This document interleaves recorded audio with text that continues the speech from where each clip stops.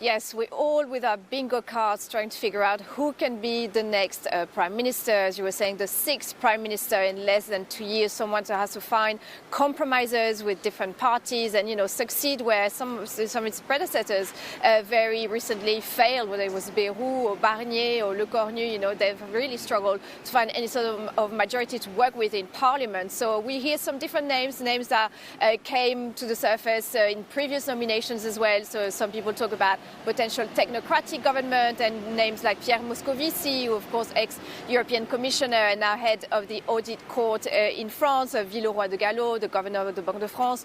Other political names also floating around like Bernard Cazeneuve, the socialist who was prime minister at some point and was in government as minister for interior with Emmanuel Macron when he was himself minister. So some names going around. What we heard from Sébastien Lecornu on Wednesday evening when he spoke on television after holding the talks for 2 days with the different parties, he came with an interesting and surprising suggestion. He said whoever it is, they should be completely disconnected from the presidential ambitions from 2027. He had talked about and complained about the awakening of partisan appetite ahead of that all-important election in 18 months. And, that was an interesting call there. But some say maybe he was actually pitching for himself. And that could be the big surprise. Apparently, he could be the front runner to be prime minister again. So that would be an interesting call, but then he would have to form his team, and then the report said the team would have to look very different with potential names coming from civil society, etc., etc. So we have to wait and see. But what we know is that the Prime Minister has to tackle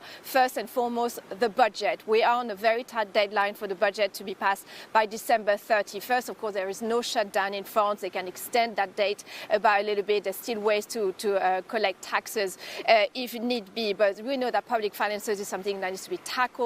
Controlling the deficit, bringing it back under 5% next year from 5.4%. The debt that is reaching 115% of GDP. So all this is the all-important conversation. All the past few prime ministers have been toppled on the question of the budget and the cuts that need to be made. So that is what needs to be happening now. So again, we have to wait and see who will be leading that government, and then over the next few days, who that team will be to do probably what is at the moment the toughest job in the country.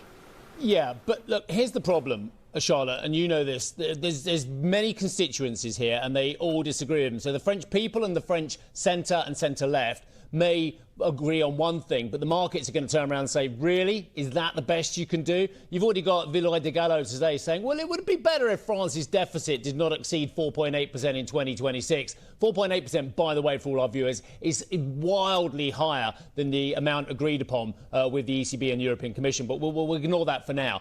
The chances of getting to 4.8% for 2026, if we do get a compromise between the left and the centre, they're very, very slim chances, aren't they?